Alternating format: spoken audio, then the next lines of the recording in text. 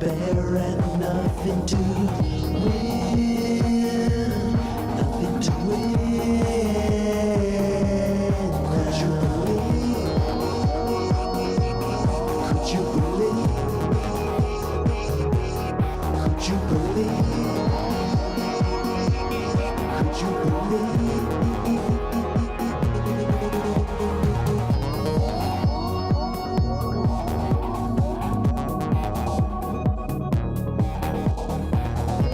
Step in the fire, take my hand. I'll take you higher than you've ever been. Than you've ever been.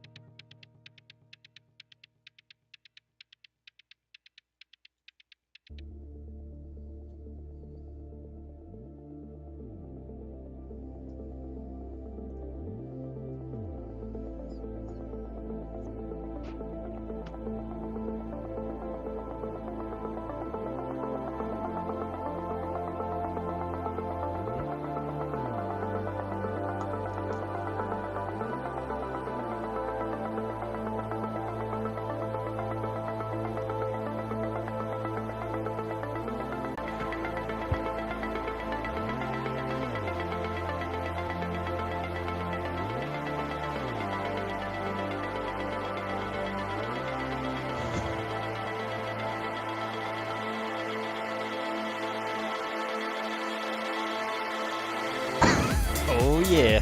Thank you for coming on into the live and sharing your essence with me in this eternal moment of which we all share an inextricable and inexorable part. Thank you for doing your part and coming on into the live with me. Let's get on into the charts and see where the liquidity lies today. Liquidity and momentum is where it's at. So let's take a look. Alright, so we had an interesting little dipperoo and fake out to the upside.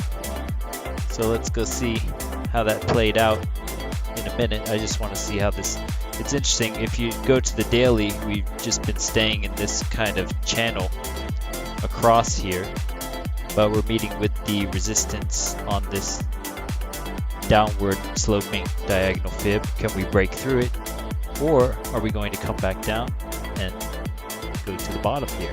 Let's take a look at the liquidity. So as we stood yesterday, we were looking at this chunk here, and we started to see the idea of a scalp going up. We got rejected on the 618 of the local impulse down here, and then we went down and grabbed this liquidity for the surge out, fake out, back up to this region, took out the liquidity, and came down and chewed into the upper band liquidity here, and then you had some large longs opening up here based on the bubbles, 217 million, and we're currently imbalanced by 3 billion to long liquidity now. So are we going to make a head and shoulders down to grab this and down here, or are we going to continue higher? That is the question everyone is looking to answer. So you have stacked liquidity up here in this band here at 24.1, and you have some over here. So are they going to retrace down to come back up to get this? Are they going to retrace and just continue to fade without taking this stacked chunk up here? Anything is possible, so let's go and do a little bit more digging.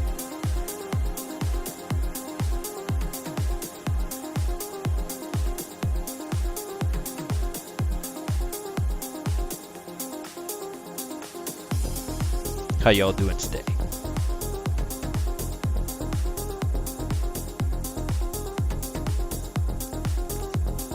Takes a minute to load.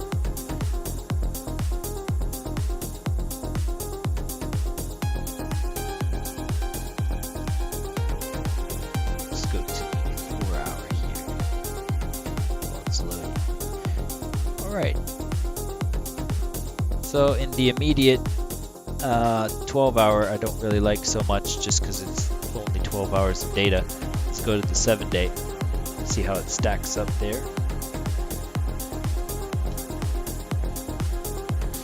We already kind of have a sense, but some people might be joining us for the first time. So basically we started to eat into this, so we grabbed a couple billion up here at 24K in this spiked up region. So we still have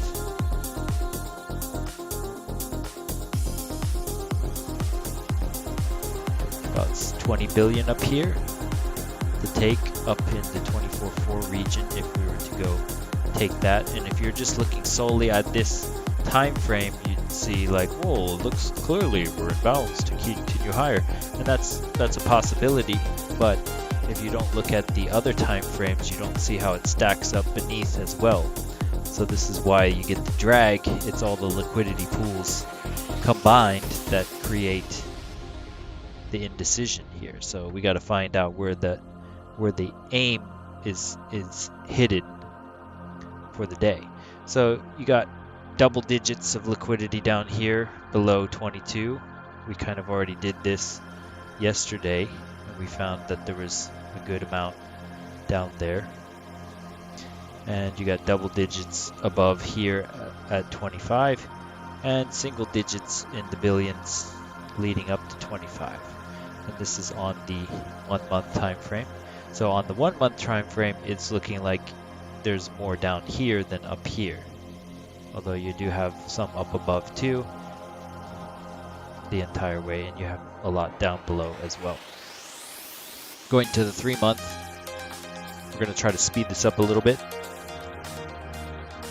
We did a thorough investigation the last 3 or 4 days, so I think it doesn't change that frequently, but you do see the heat stacking up here, getting up to 43 billion here, 43 billion down at 18.8, and 48 billion.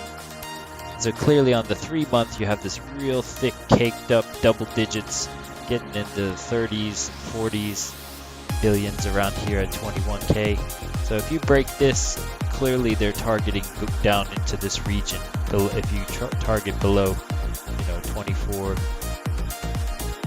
below the 21.4 region, then you have this entire band of 40 plus billion each $100 range, $200 range. You have 50, like $1 billion, lots of money down there. And on the way down, you have 25, 19, 10, double digits, but not thick double digits, 14, 15 billion, some 25 billion 26 billion down at 22.4. 9, 7 billion.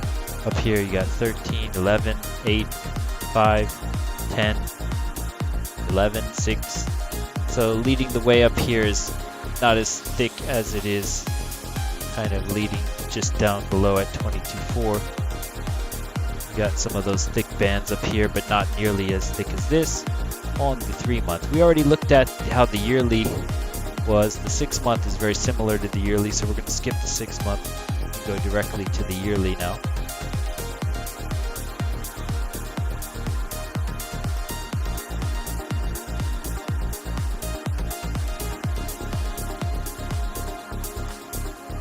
And yeah, this was starting to thicken up a bit. Let's zoom in here. So you got 174 billion up at 25.6, 96 billion, 72 billion, 114, 73 billion, 121 billion, and this was previously 162, and it was kind of remaining static there at 162 for a couple of days, and recently turned to 174, so it increased by 12 billion shorts liquidity up here in this region.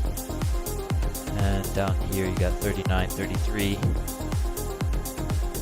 And so these are comparatively year-long amounts. You got 207 down here, getting thick down at that 15.2 region, $207 billion. That's the thickest of all of these nearby bands, just to keep a heads up. So if they ever clear that 25.6, it's not like it necessarily shoots straight up to 30K like a lot of people believe. I mean, it could shoot up a ways to grab some of this. But does it mean it stays there? I have no clue. But there's a lot caked down in here too. But on the yearly time frame, for some reason, it doesn't show all of the billions that it shows on the 3 month and stuff, which is fascinating. I don't know why that is. But yeah, I was looking at this when we were up here last time. When we were up in this region last time, I was surprised they didn't come get this, but they're trying to thicken it up. For what exactly? I do expect at some point that we will come grab this. When is that point is the question. When is that point indeed? So that's why we haven't dropped like a rock as we went over yesterday and all the days before that. That's what's holding us above. Alright, so I think that's good enough. We'll go back to the 3 month. Sorry, my eyes are dry. I had my contacts in all day. My cat's being a little feisty today. I don't know why. She was the one that wanted to come in here. I'd rather her stay out. Her hair gets all over me. So yeah, we'll leave that open so we can juxtapose in a minute. So let's go to the charts. So we're almost getting an hourly candle close. So we had 4-hour close into this region. Tried to go up higher but couldn't get it.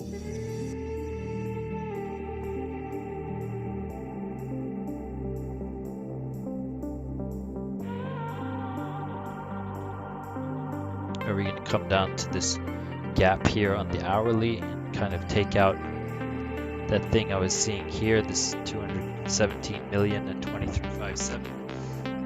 That's a good question. Alright, so let's jump into the levels and all that fun stuff. So previously I had this from here to here and we were getting rejected at the 618. So yesterday we put out a scalp to try to see if we could get that liquidity up here. And we put out, I believe it was somewhere around here, we had like a trend-based fib extension to measure.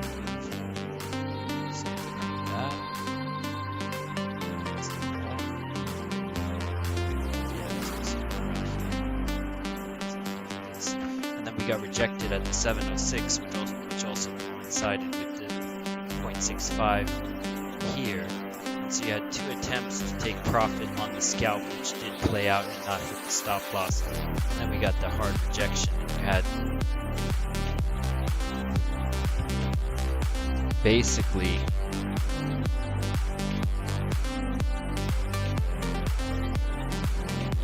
had this region as one, right? And then you had like a second hit. We had this third hit here. I mean, you can count this similar region, but then we had that reversal. And then if we put on Momentum Master, if you had Momentum Master, you would have been able to see that we got 4 time frames oversold at the bottom of the Keltner channel on the hourly. This is at 6 a.m. my time. I remember getting an alarm on my phone, thing on my phone as I was waking up. And yeah, sure enough, I think you spawned divergence here. Let's go to lower time frame to see it.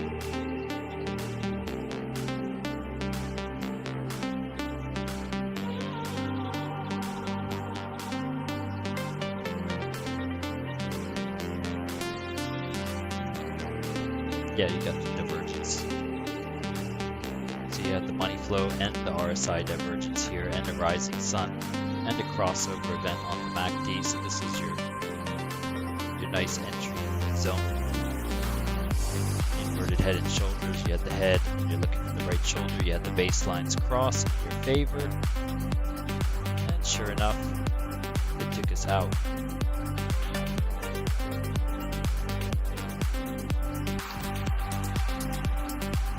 But you had that first cloud rejection. Cloud rejections are real. You had to kind of come back and kiss it, and then we were gone. Let's see where it was on the hourly.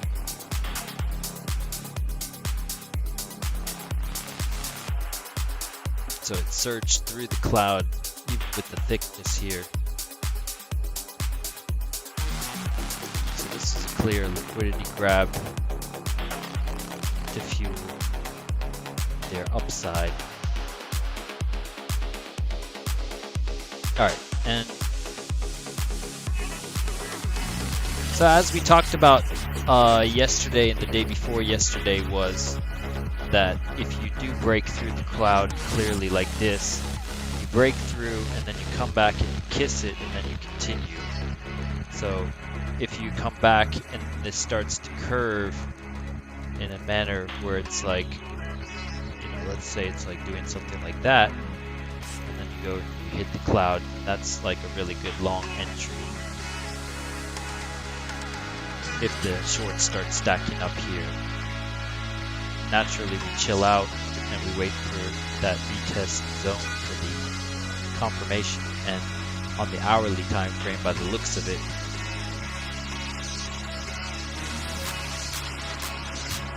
we're at the top of the Keltner channel, and we're at the adaptive, beneath the adaptive. So, is this like a kind of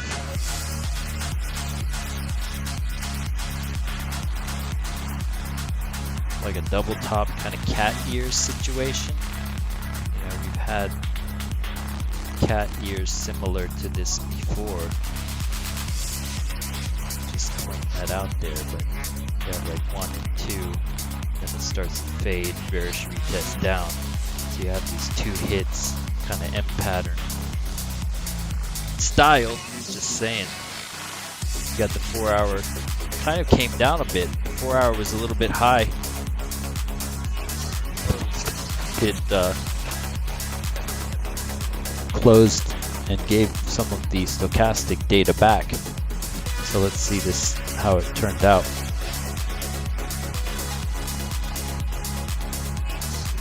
So it kind of came back. We got that kind of curve. It tried to curve once, twice, and 3 times, getting that over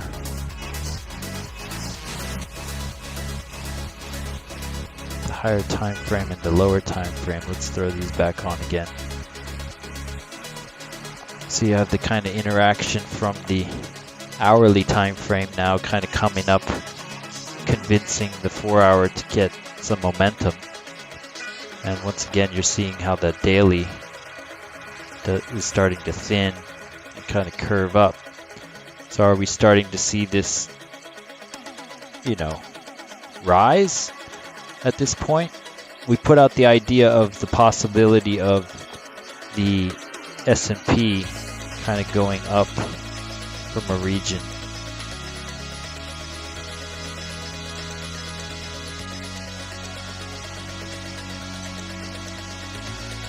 You had the 4 hour, you had a 4 hour rise and then retrace, but if you don't hold this region, if you gap down and come back up here, you could see the surge for BTC.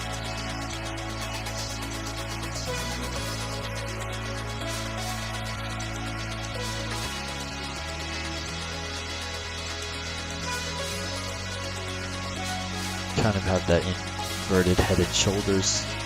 Cloud still thick here, but you got the 15 minute, the 5 minute in your favor. Getting that same kind of transfer of the hourly onto the 4 hour.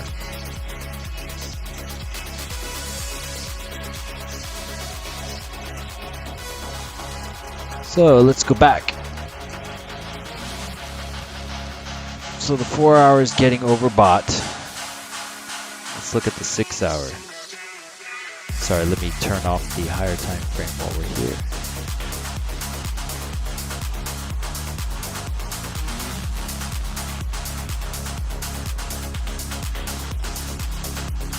Okay, so we go to the 6 hour time frame.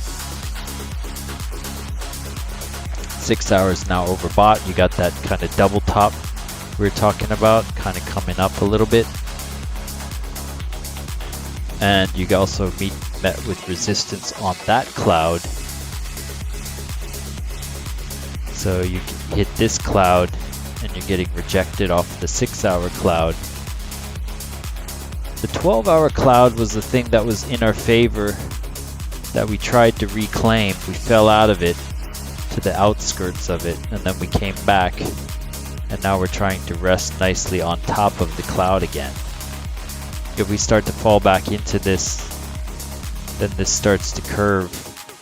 Once again, this is a laggard kind of thing. This kind of curve went up above it, tried to reclaim it in the same manner, and then this candle closed beneath it, and then it started to curve.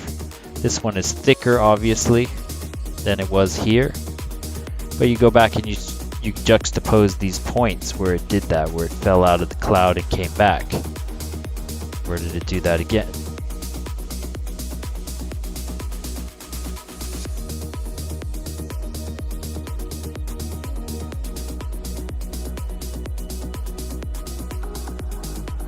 So you kind of fell out of the cloud, came back, and then here's another cat ears thing on the 12 hour.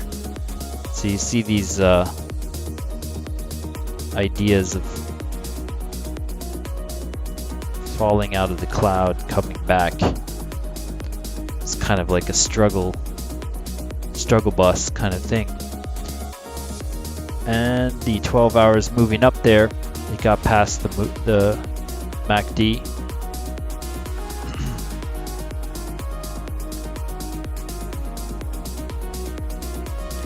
And yeah, let's look at the 22. I know the 22 is definitely spent because it's quicker to play out. Oh, not yet. So it's also stochastically biding its time. Interesting. And this is still low.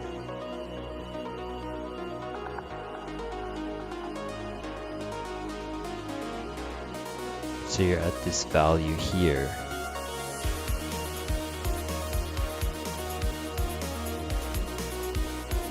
Same kind of value zone.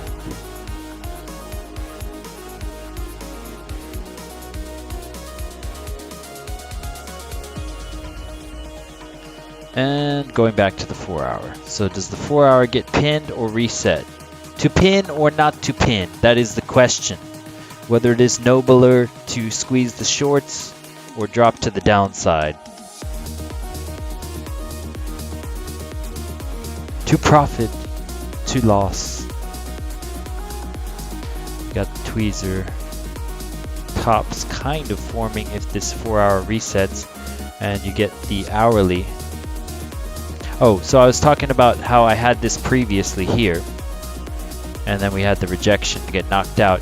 And then once we got up here, I was like, okay, well, we're obviously, like, there's formulas in the indicator which you could use as automatic, kind of automated, if you will, like trend based. You know, it's called the super trend, but the super trend formula is adjusted in such a manner where if it holds above that, we've switched narrative, and if not, you could also find a place to short it automatically. It automatically calculates that zone for you. So you would have had this automatically added to your charts since back here on the 4-hour time frame. So if we got above, or if we tapped into 23,874, you could have thought about taking a short here, taking a short here. And that also coincides with if you drag this impulse all the way up to the top where it retraced down, an impulse down, retraced continuation from this top down to this bottom. It also happens to be a region of the 0.66 zone, 0.65, 0.66 zone for one of those entries. And you had the first 618 rejection here, and then you could take into any of these lines here and just thought about how it's going to come back. Once again, restating the narrative that I stated the past few days. If you break through the cloud, you come back and you kiss the cloud. So you break out and then you come back and kiss it. It starts to change the structure here and make it shift and thin out, and then you can think about it continuing higher. People automatically thinking we're going to squeeze up to 25k. It's not so simple like that, and you could be scalping the entire time. And this is why you close out in profit. So if I go to where I was talking about in the Momentum Master here from yesterday, let's see. Let's open that up.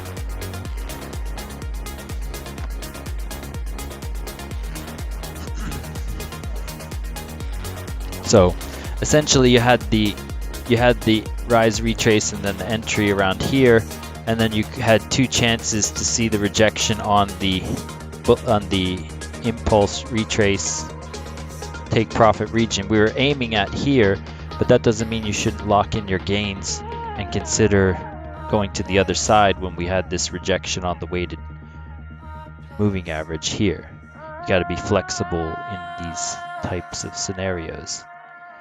And yeah, so it's going, by the looks of this curve, it looks like it's going back to retest this in some fashion, which also coincides with these liquidity pools.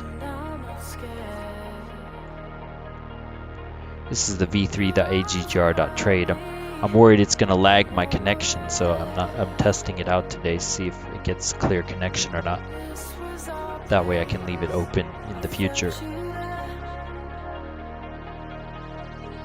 We haven't really seen any liquidations so much. So here they show you the liquidations. You had a large stack of shorts get liquidated here. So you get these small accounts. That's why they're barely even registering as color. So we haven't really seen much. We got some knocked out there, of course. So they're inducing at this time. They haven't made the clear decision where they're going, necessarily speaking.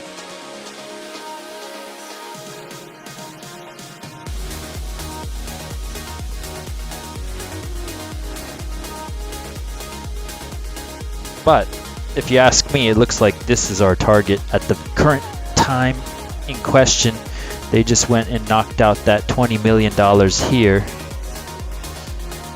This guy opened right at the top there as it was going up, and they just immediately reversed on him and grabbed it. So are they going to use that to sell off some more to target this guy who opened up here at they opened 217 million long here.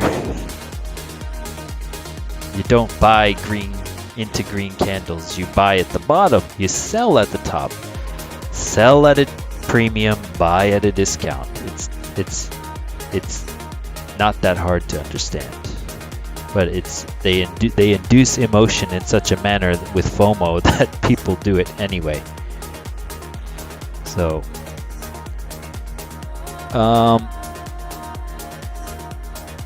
looking at the hourly time frame. The hourly, so we got the reset on the 15. By the looks of it, the 15 and the 5 are in our favor for a long, but it looks like we're getting a possible crossover on the hourly. And when these cross over, obviously you look out for that continuation idea.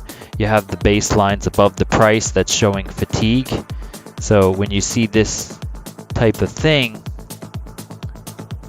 unless you can close a candle above the baselines right now, this is kind of showing the fatigue possibility of the hourly time frame resetting right here.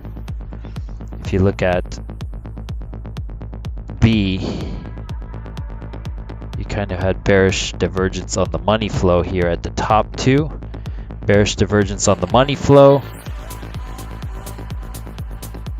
See, this is where the money flow comes into play sometimes more so than the RSI. Like here you had double divergence on the money flow and the RSI. You could have just taken the divergence play on the crystals here. Here you had only bearish divergence on the money flow, but not on the RSI.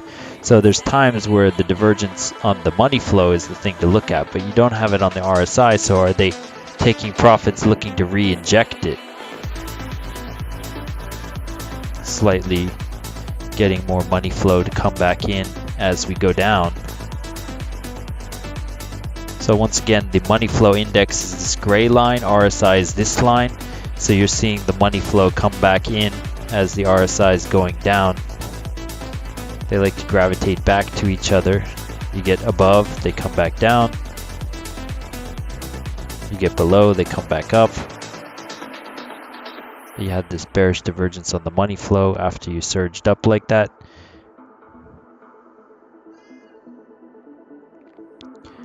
And let's look at the 30-minute, shall we?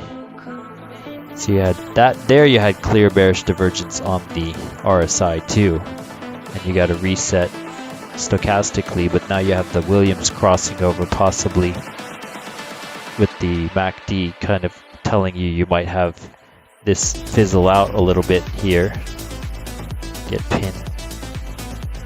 Similar to here, like a meandering down and not activate just yet. And this is also where you could put on higher time frame and see how the interactions are, and just train your subconscious to see how that is. So you see how the hourly time frame is pushing, and the 15-minute wants to play out, but then the hourly is saying no way, mister, and kind of like deactivating it. And the 30-minute is here also getting that suppression possibility of the hourly reset. And so this helps you to understand how the time frames interact, so you don't have to go between time frames. Yes, you can try to imagine what's happening, but here you can clearly see the hourly is coming down and the 15-minute is here and getting curved down as well by that suppression, and the 30-minute is not taking off as easily. So when you get all three down in this region, then you get that surge up. And this is where you're starting to get into what these diamonds are, you know, because this could be too busy for you to have on at all times. So this is looking at 32 different pieces of information to derive these diamonds and circles and X's. So when you get these diamonds appearing with a high number up here, that means the number of time frames not in your favor is in that number. So you have 3 time frames not in your favor here, and now you're getting 2 time frames oversold. One of them happens to be medium based on the diamond, so it's if you're having a bullish idea, here's where it would kind of activate those 2 time frames. And these appear, as you see, not repaints, they appear in the moment. So it seems too good to be true, but it actually does appear in the moment. There's been many times I posted these as they appear and then they play out. So I wait for like 4 and above. Personally, it's just a safer play, less resistance. And that's the exhaustion liquidity. Normally there could be liquidity grab, and you couple that with divergence, and it's smooth sailing.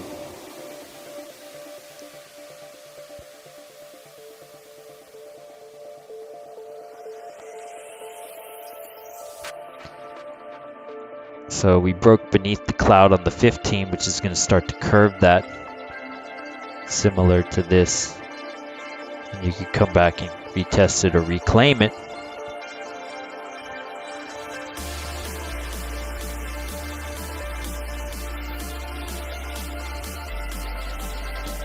And you're at the top of you're just about to get that cross.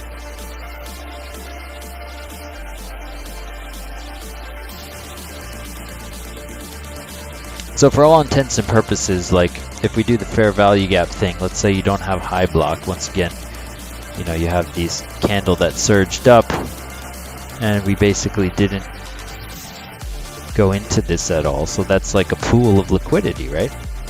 And so rather than look at these as like strong levels of support, you look at them as like open trades of longs that they'll come back for to knock them out, and then they might come back and take 50% of that only, and that's enough, and then they continue higher. So the idea of retracing into the vector, you know, to get 50% of it or something is a normal idea that occurs a lot. So looking towards these large candles that have gaps in them, those are ones that you look at for possible retrace. And the more that stack up, the more magnets you have pulling down the price in this case, or pulling it up in the other side of the scenario. Oops.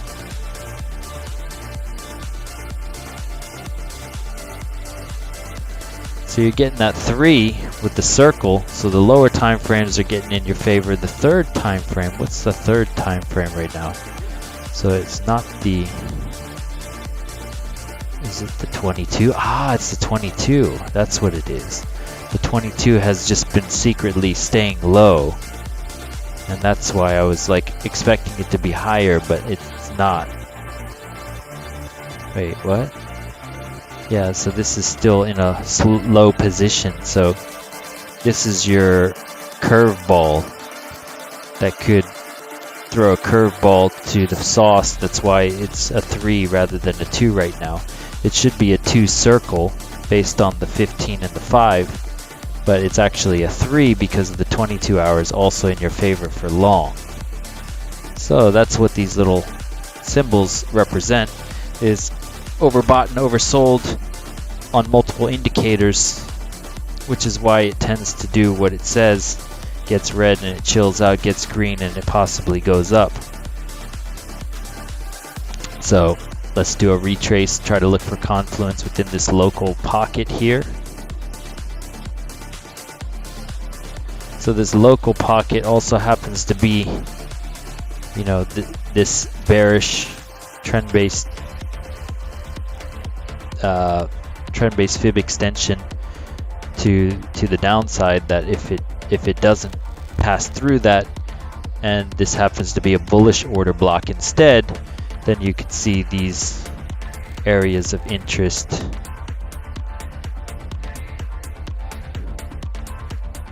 And then we could look at what those numbers are: 23,312 to 23,908.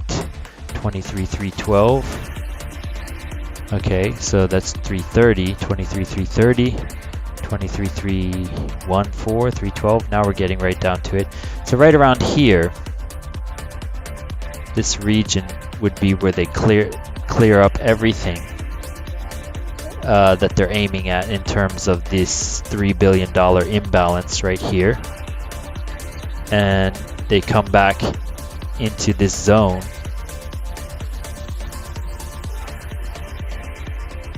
and then you can see it go higher. I mean, if it truly is bullish.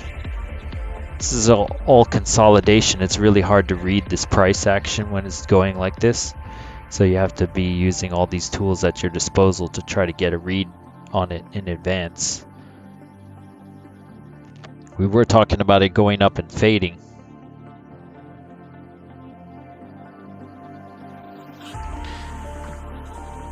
And you have this ATR here and this reclaim of this adaptive here possibility.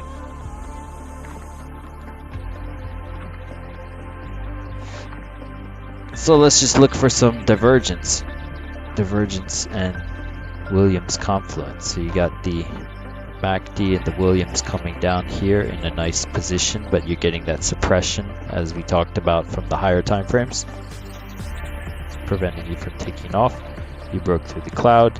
So also you got to think about what retail is seeing right now. So there's a lot of people drawing stuff on their charts. America's waking up, and then there's people going like, you know, they were previously going like this, you know, and drawing kind of bullish. Oops. Bull flags and stuff like that. You know, then it starts to break down out of them. This is why I like to do these regression trends, because you just simply 2 clicks and you got yourself a channel with the equilibrium already inside it, so you could see the equilibrium. And yeah, you could use the fixed range volume profile, and it will give you the point of control also for that consolidation zone.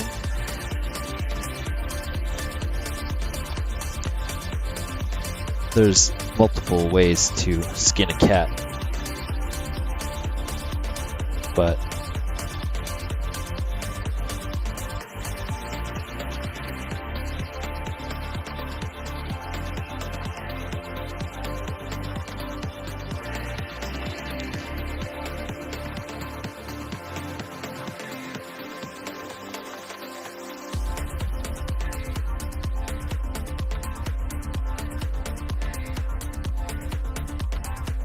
so you have one at the 618 here. So this 618 at 23,398 happens to have a lot of confluence for a region here to possibly bounce. So you'd look for a bounce in this zone on the 618, perhaps, at least for a scalp.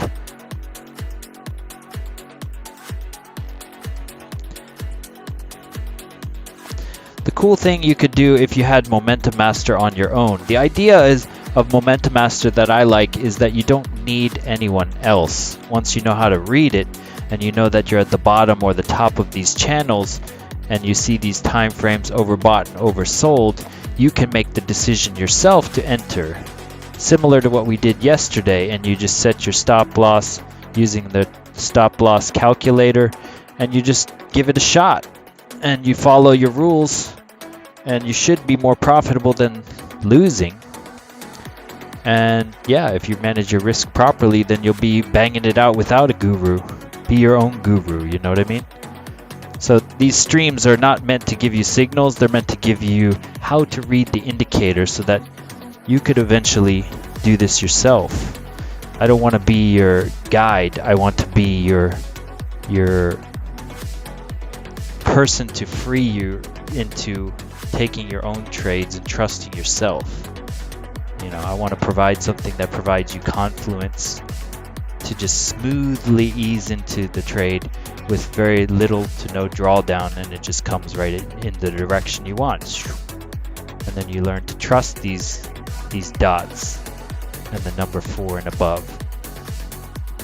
And then you see the 3 in your favor and you contemplate, if you were in this, do I take profit here into profit? And you start to protect your entry from these things, and you use these as guideposts.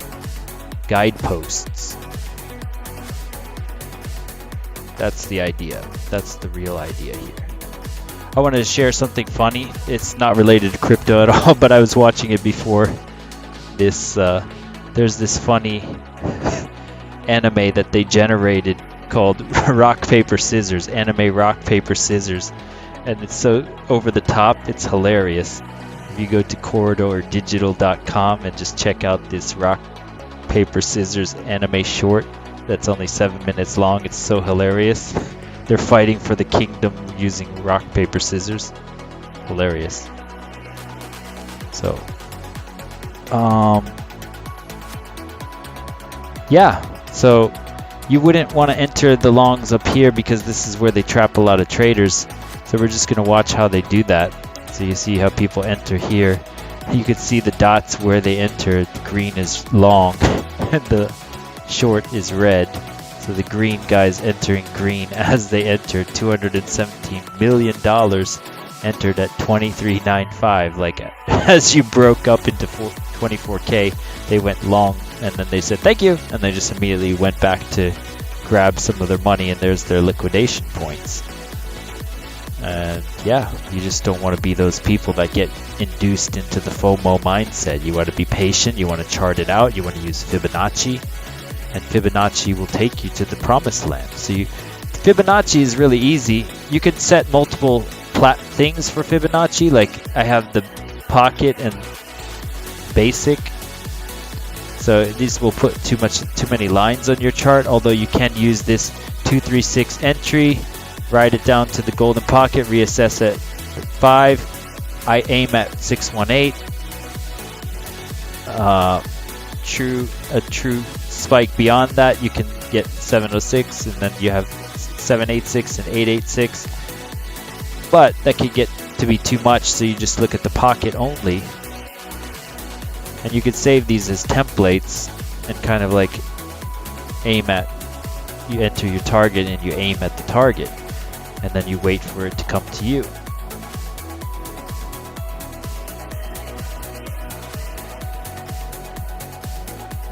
This guy at 2357. 2357 would be 2357 would be right off the adaptive. So that would be a good place to take it. Let's go to the dollar real quick.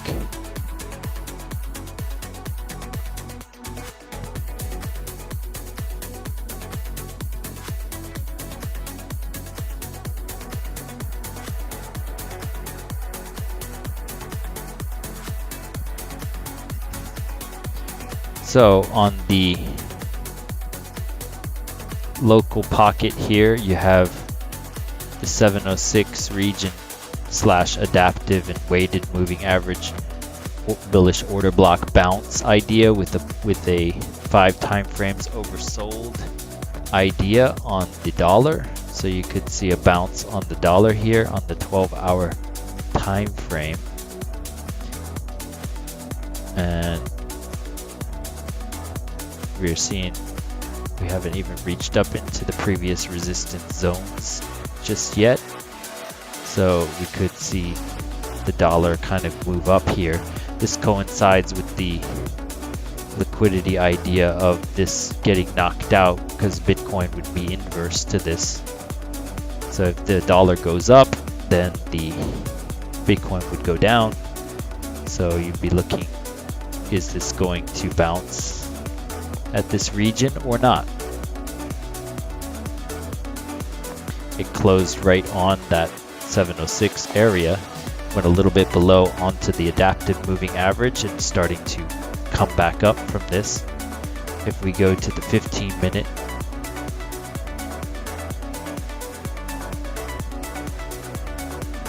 yeah, that's not something I would want to short when you see 6 time frames exhausted like that. And we go to the 4-hour. Looks like the dollar's gonna bounce here. You got the cross, nice baseline underneath the price, surging up above the adaptive here. You don't get a trend cloud because there's no money flow, no volume that it shows you, unfortunately. But 10-minute has been my go-to. You had a bunch of fake rising sun opportunities. Here's one that looks like it might be taking off based on how it's opening up here.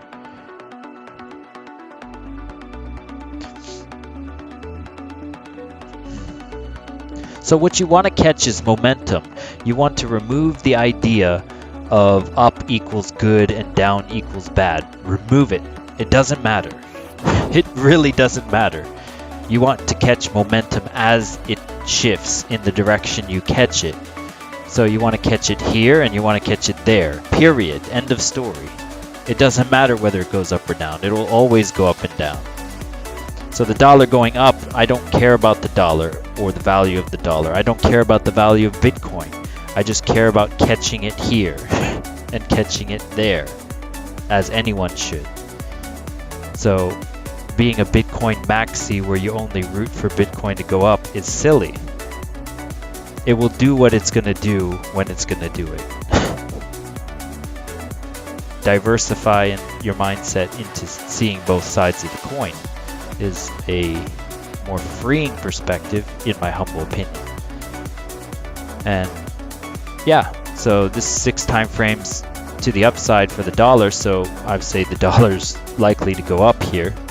You had a bunch of fake outs. They trapped a bunch of longs thinking that, you know, it was going to happen here. So now the liquidity grab has happened. You have broken the lows. This is the liquidity grab, so you look for the divergence.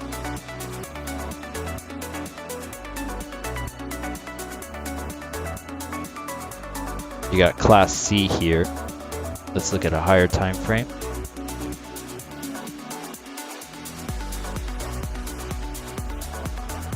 You had so a lot of times they trigger divergence and then it triggers the liquidity grab and then the real move comes.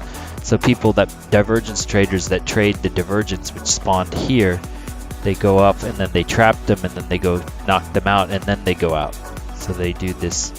You wait till after the liquidity grab. And that's one of these criteria in a checklist. Let's see if I have the checklist here. Where is it? My checklist that I made. Where is it?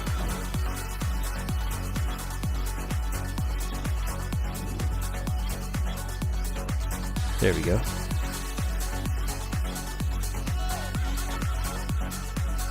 So one of the criteria on my checklist is, you know, the liquidity grab. You have the higher time frame liquidity grab and it coincides with, you have a liquidity grab with the fair value gap idea and the retrace to these pockets.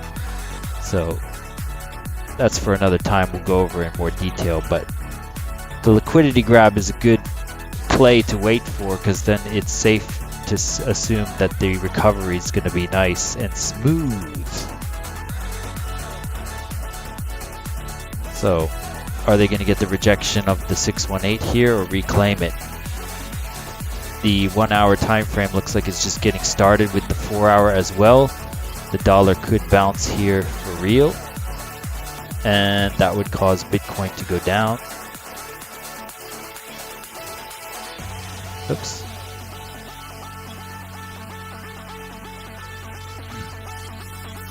And sure enough, you're seeing the opposite with the adaptive rejection possibility. And we are currently at 23,663.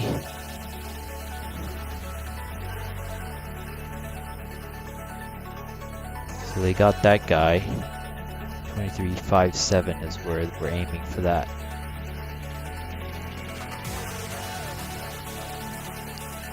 And that's about it. I mean, I don't know what else to say.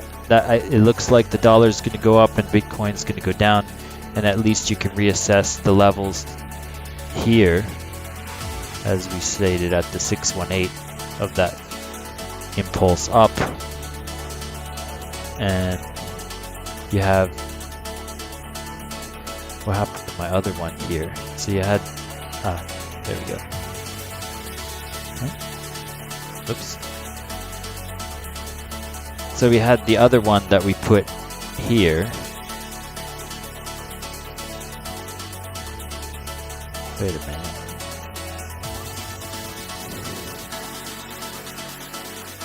Oh, there we go. Yeah.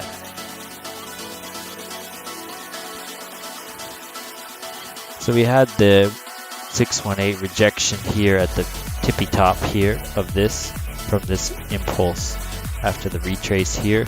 So you just ride these rejections from the 618 rejection to 618 rejection and consider taking profit, and then coincide it with the alerts.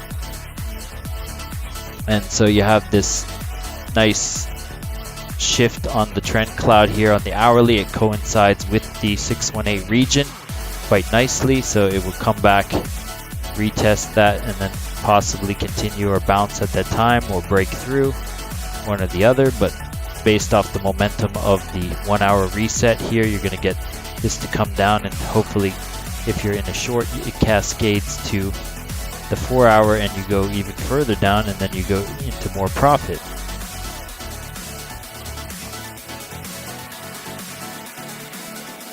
So the 5 min is getting overbought, is going up without having gone anywhere. So let's see what that looks like really quick, and then we will bid you adieu. Why is it doing that today for some reason? So the 5 minute, trying to get a bounce.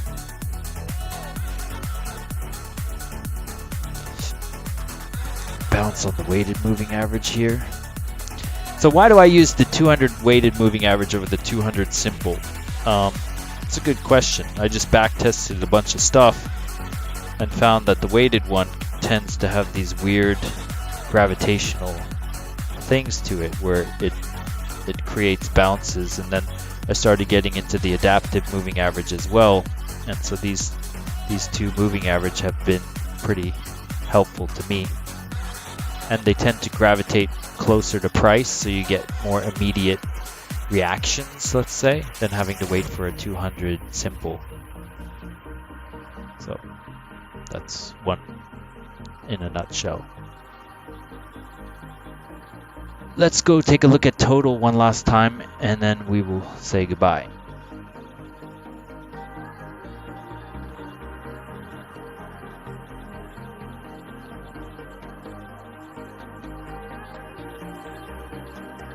Coincides with that fair value gap there.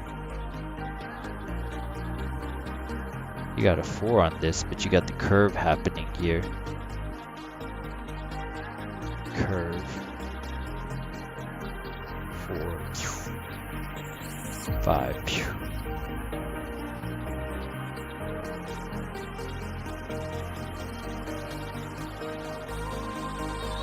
So this is why I don't really draw the patterns. Like, I could have easily drawn cup and handle here, but is that going to play out? I mean, you want to look for confluence and then these baselines about to cross, and you have the hourly overbought and the 4 hour overbought. Looks like a trap to me, and we've all seen traps blow up in our face like this. So these, putting them in trend lines does nothing but assuage the ego. So best to have no ego about it and just look at it's at the top of the channel, getting rejected at the adaptive. Same thing happened here. Wait till it gets to a discount price where you would actually pick it up. These candles do not equal support. Maybe they do on poo coins and stuff, but most of the time it doesn't. You want to wait until it retraces to a healthy region. Institutions would do that, so it's best to think like an institution. And that's just on the hourly time frame, but the example still holds true if you're range trading that region. And that's similar to what they did here, right? So you had this and it bounced off the 618. So if you just wait rather than just like draw these like, pennants, see these as like, oh wow, it's gonna go up, like just wait till it retraces in a healthy manner, Retrace.